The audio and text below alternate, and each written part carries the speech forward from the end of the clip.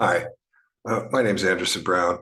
I teach philosophy and humanities in the humanities department at the University of Puerto Rico at Mayagüez, known locally as Colegio.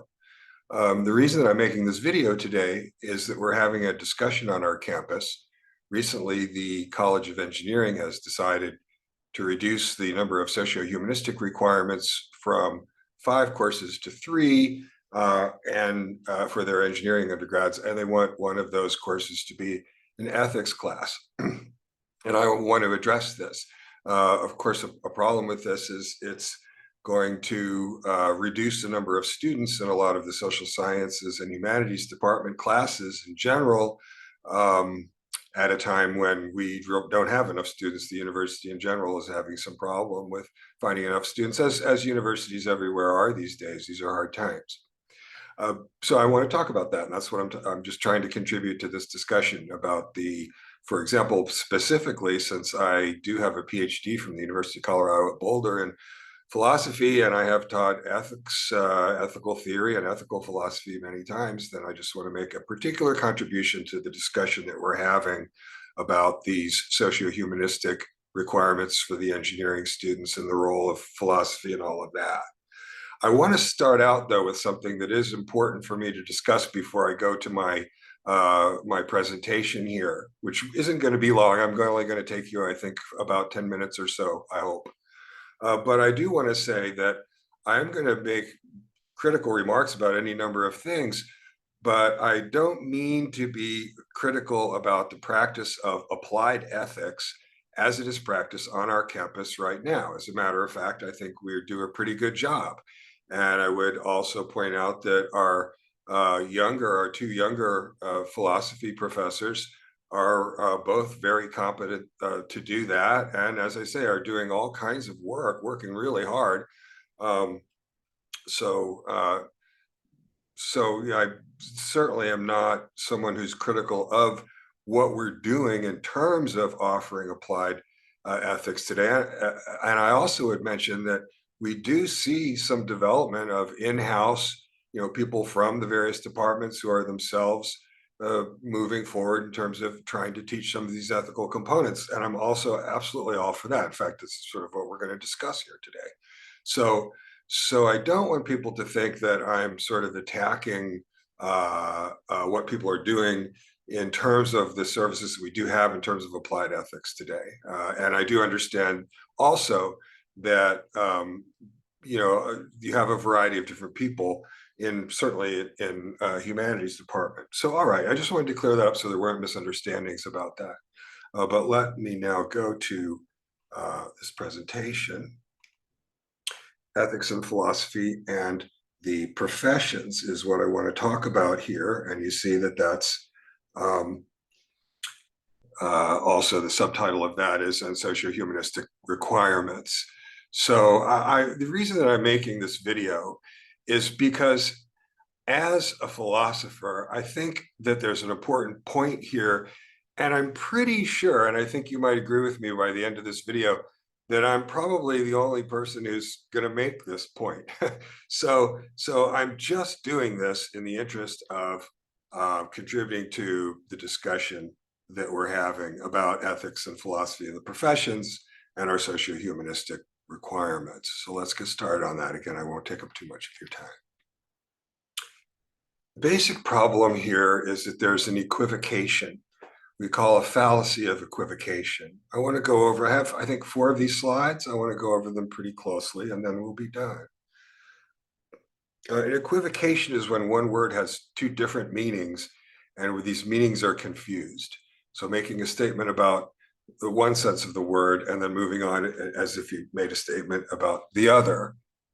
In this case, second bullet point, the equivocation is about the word ethics. That is, there are 2 different senses of the word ethics. There's one sense of ethics that's most often used in normative society. What do I mean by normative? I mean, again, ordinary people just talking. In that sense, I mean, and something I want to stress, I'm not here to teach people about ethics today, but look, we use this word ethics and ethical language, the language of moral right and wrong, all day long, all the time. All people do. So again, when we said normative society, there's the way that we talk. And there's another sense of the word used by philosophers. I say qua philosophers, philosophers qua philosophers there. What do I mean by philosophers qua philosophers? I mean, being a philosopher, that is, uh, when we're doing philosophy, we have a certain topic which we call ethics inside of philosophy. It's a term of art. When we're not in the philosophy classroom, we're normal human beings, and when we are in the philosophy classroom too, I might add, and then at that point we are certainly involved in what everyone else is involved, since we're just members of the same society as everybody else. I mean, part of what I want to do here is clear up some misconceptions about what philosophers are or think they are. So, third bullet point then, normatively, when we think about ethics, I mean, again, it's common sense and very real. We think about just attitudes, behaviors, personal qualities, and traits that we think of as good personal character.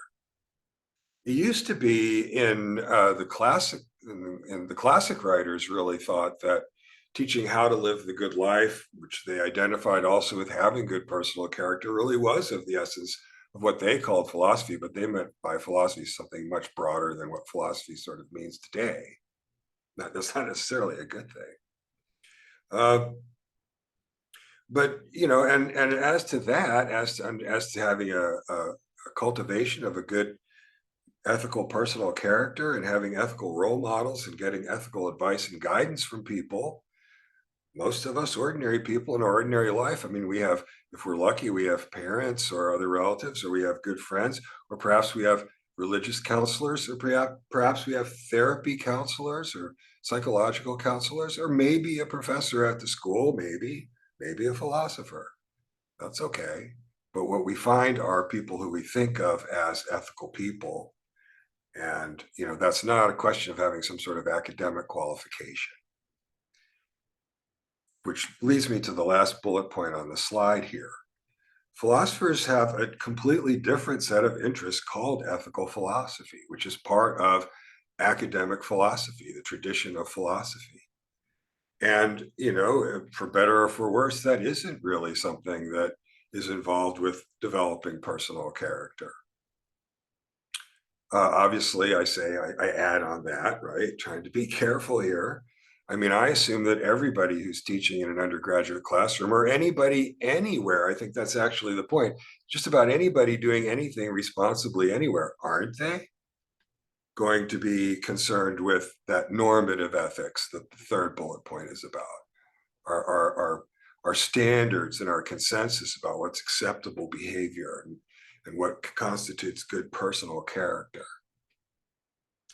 But philosophers have another sense of the word ethics. That's the fallacy of equivocation. The title of the slide is We're Caught in an Equivocation. That is, the word has two different meanings. You're mistaking one of the meanings for the other. So let me explain that just in one slide. Certainly don't want to get bogged down in that. But in general, philosophers are interested in metaphysics and epistemology. What does that mean? Big fancy words.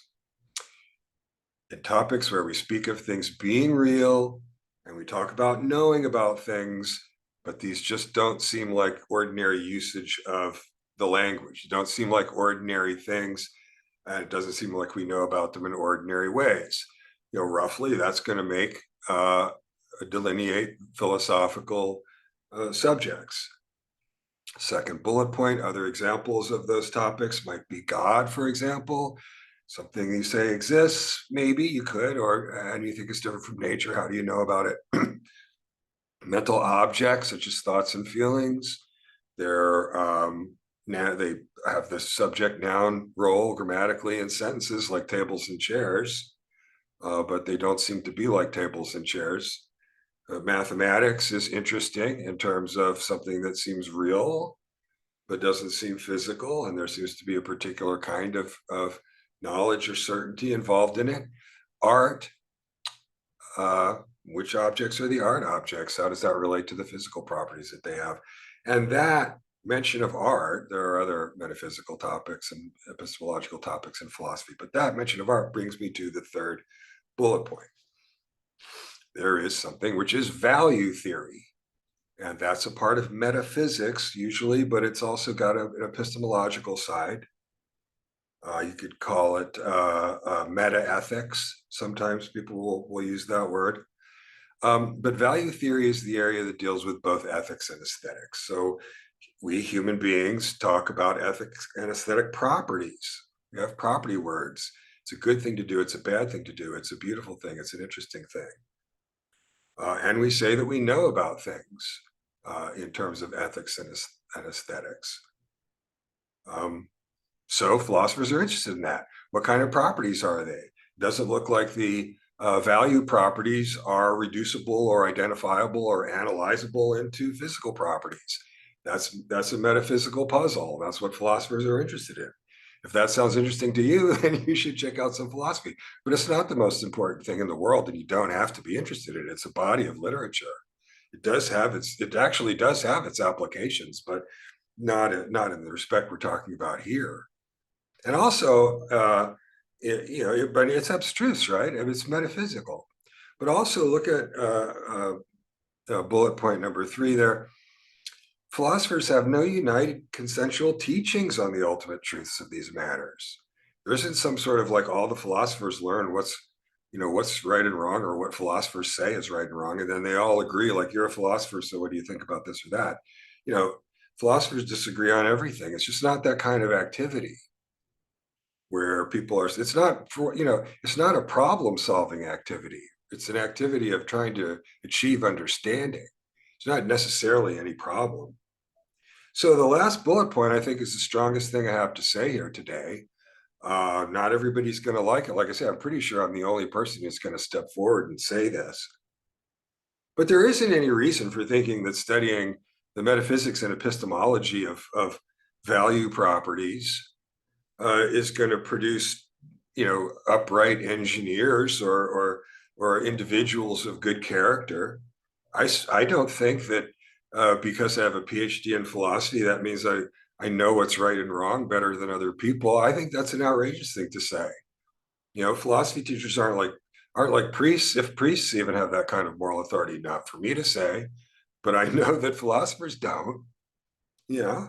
So, um, so this idea that studying, say, Hume and Kant and Mill and understanding the difference between a cognitivist ethical theory and a non-cognitivist ethical theory, or the is-ought distinction, or all these other abstruse philosophical topics that we get into when we do philosophical ethics, you know, it's because it's metaphysically and epistemologically interesting. That's why the philosophers are interested in it.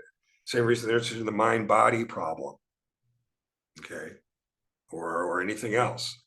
So again, now let me just repeat it, because I know it's an outrageous thing to say. Some people are going to think it's obviously true. I think there's a lot of Emperor's New Clothes stuff in this whole discussion about a lot of stuff that I think is obviously true. And I want to get at a little bit more of that before we're done.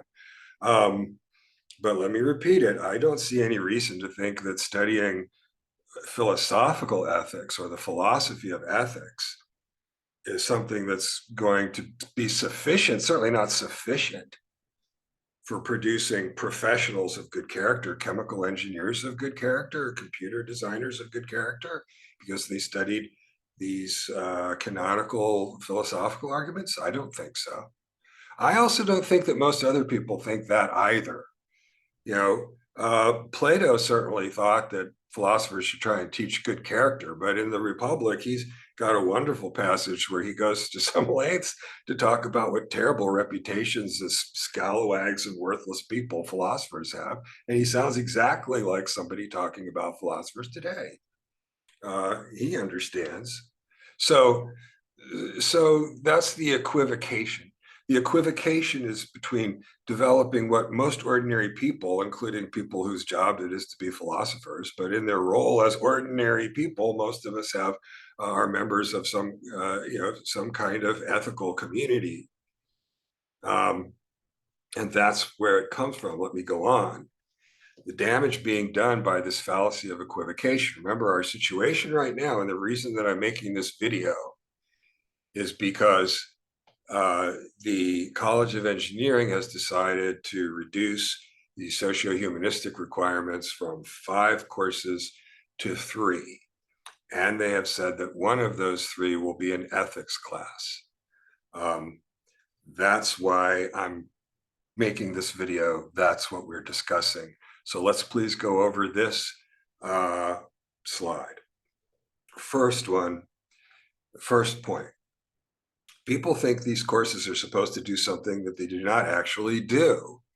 They do, philosophical philosophy of ethics classes aren't making, upright scientific professionals or engineering professionals. They're just not.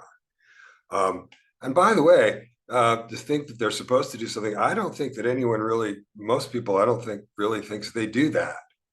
And so I also would have to call out a little bit somebody who said, well, these ethics classes are really kind of bullshit anyway, but, we can't get away from them. So let's just try and make sure that we'll just say that everybody has to take ethics and we can get rid of all the other humanities requirements. But that person doesn't really think, that those ethics classes are doing what they're supposed to be doing. I don't think they do. I also think this, and I'll repeat this a little later. I mean, I think that if you're in a department like one of the engineering departments, and your private opinion was that these humanities classes and ethics classes were kind of Mickey Mouse and they weren't really doing anything. And then you went to your accrediting association, Elan or whatever it is for the engineering school, and you said, "Oh yeah, we're taking care of that because look, we're having them take these ethics classes, these humanities classes." That looks cynical to me. Sorry, but it looks like you don't believe in what you're doing.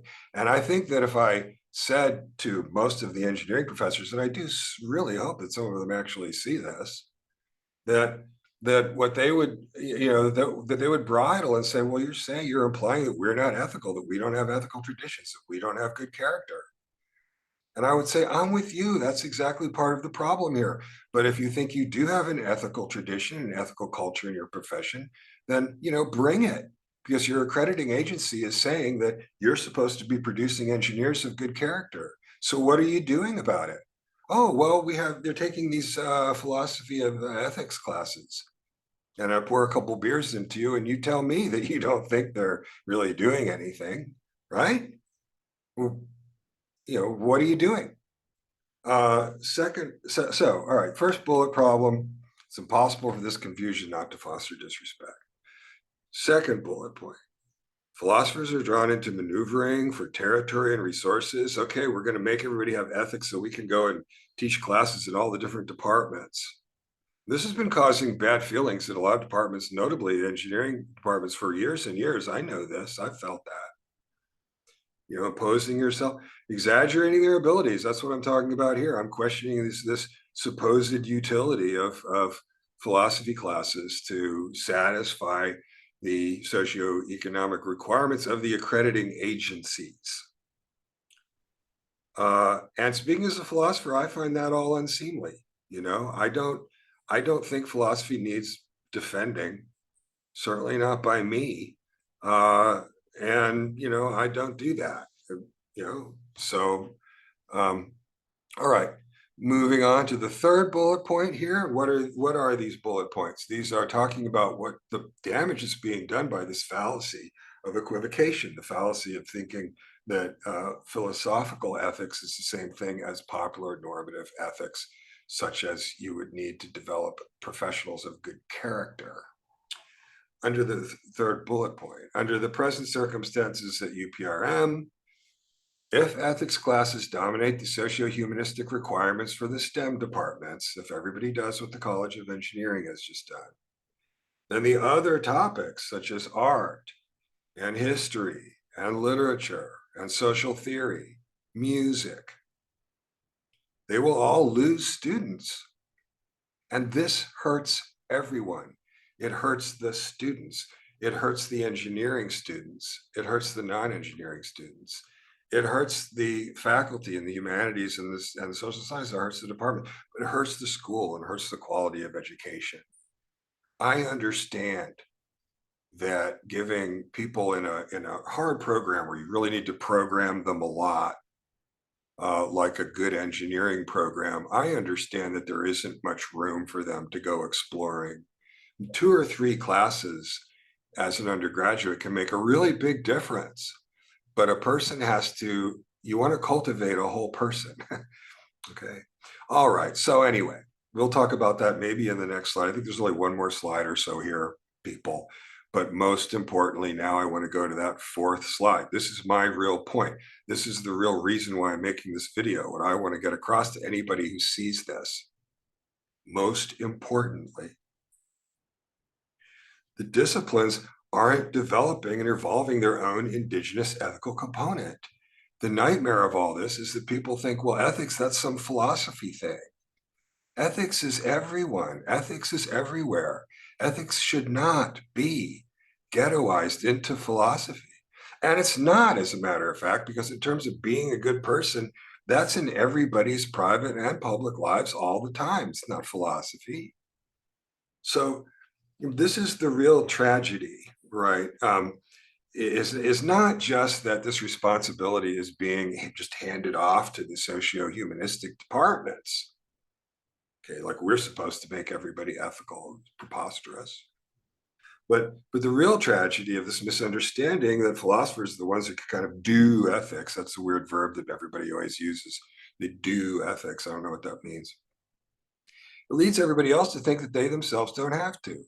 As I started ranting about before, and I might start ranting about it a little bit more. I mean, the problem, the College of Engineering has an accreditation society. They have standards. The College of Engineering is supposed to meet those standards. Right? What do we have to do with it? I want my engineers to be ethical, whether I show them how to be ethical or not. I'm not the person to ask. So, what would real professional ethics look like if you had professional ethics, not the name of a class, professional ethics?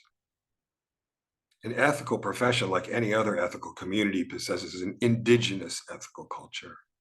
And, all of these departments do have indigenous ethical cultures. All of the professors in all of these STEM departments and every other department, they do have traditions. They do have standards. Only they just need to bring it. It's got to be freed and put into the departments. And that doesn't necessarily mean transmitting this might take the form of required courses, but doesn't necessarily. It doesn't necessarily mean you have to hire another professor in your department. That's going to be another pragmatic worry that people are going to have. They're going to say, oh, well, you're saying each department needs to hire an ethicist. Well, that's terrible, but that's not what I'm saying.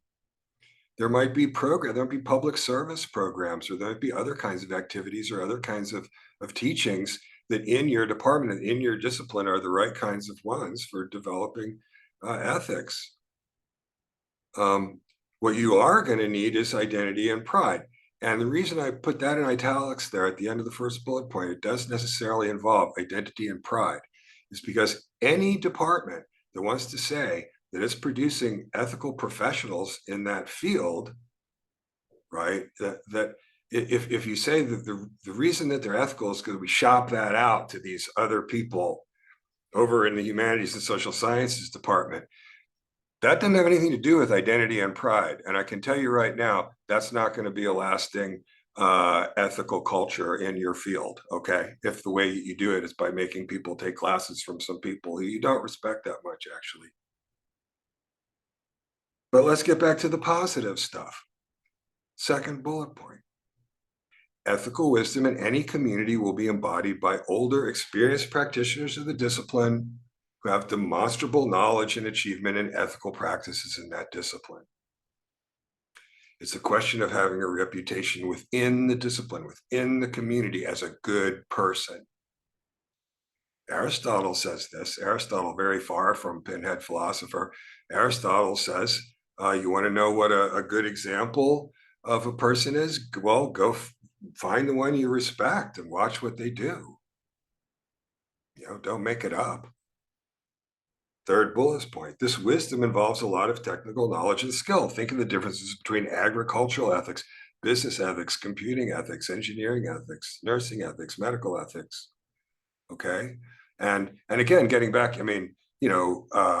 Sarah Gavril might be the very best philosophy professor on campus right now. I mean, with all due respect to everybody else, and she teaches bioethics and medical ethics, and we're really lucky to have somebody as with the qualifications and the talent that she does.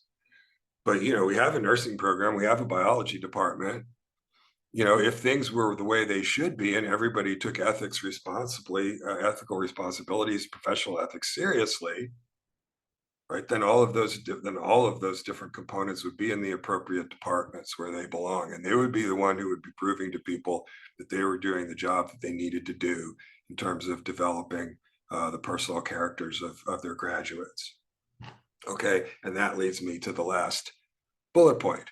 Because after all, the humanities department just is not accredited by this association that accredits the College of Engineering. We're not. The College of Engineering, I could characterize this, as saying, well, if we just say that, they only need 3 courses and one of them has to be in ethics, then you'll just have to teach all these ethics classes. It's kind of coercive. That it ought not to be their fault that it's coercive like that. It's a structural problem. I understand. But look, I don't really think that the humanities department has any real responsibility to provide all these ethics sections to all these departments whatsoever. It looks to me like the College of Engineering needs to go to its accrediting agency and say, this is what we do in our college to develop upright and ethical professionals. And that doesn't necessarily have to have anything to do with philosophy classes or any other kinds of classes. But I'll tell you what, I mean, the less humanities and social science background your engineering graduates have, the worse the prestige and reputation of your program is going to be. I appreciate that that's about money. And I think that leads me then now to what I think is the last bullet point. Yes. Because I do want to be conciliatory about all of them. I'm also not like really enraged at the engineering department. A little heavy-handed, but they have a lot of money and power. So it's just, it's kind of structural. And I'm just using them as the example because it's just in the event, the engineering profession, a while ago, I mean, like 20 years ago or so, but there was a huge movement in the engineering profession to get more humanistic polish and diplomatic and empathetic skills to the engineering students and get a more culture. There was a really big movement, and the engineering profession as a profession worked really hard on that, and they made progress on that. Now we're kind of in hard times and things are kind of degenerating and contracting again. Art history, geography, literature and language, and stuff like the history of science and things like that as well. These contribute to interpretive skills and broader understanding. This is the kind of thing that somebody needs if you're going to drop a professional engineer down in Thailand someplace, or off in some other unusual environment or with some other difficult task. I mean, you can't, you have to do this stuff, but that's what they need. And what do they need really? They need to be a young person who wants to get their engineering degree, but maybe they also have an interest in music. So they need to be able to take a few music classes. Then they're a whole person. They've got their engineering degree and they've got this other thing that they actually some studied, music or literature or something, French language, whatever. But second bullet point, these are hard times of fiscal contraction, and losing 6 required credit hours reduces the overcost of an engineering degree considerably. And a lot of this is just as simple as that and similar issues. And so we can generate a lot of smoke and fire and have our big discussion. But, everybody would give everybody everything if only they had enough money. Okay, that's always the truth in the university. So this brings me to the last bullet point, because I just want to make sure that I say something to offend and alienate absolutely everyone before I'm done with this. That's just the way I roll, in case you haven't noticed. Little reality check, because I know a lot of mis compañeros in the humanities and social sciences departments here in Colegio will bridle at this. But the fact is, last bullet point on the slide, we are, as the socio-humanisticos in Chardon, we are of service to the STEM campus in Puerto Rico. That's what we do mostly. And that's where we have our most influence on the future and on the society and everything else, is as the socio-humanistic teachers of these people on this campus that at one point produced 25% of all the professional Hispanic engineers in North America, and still continues to be a very important campus.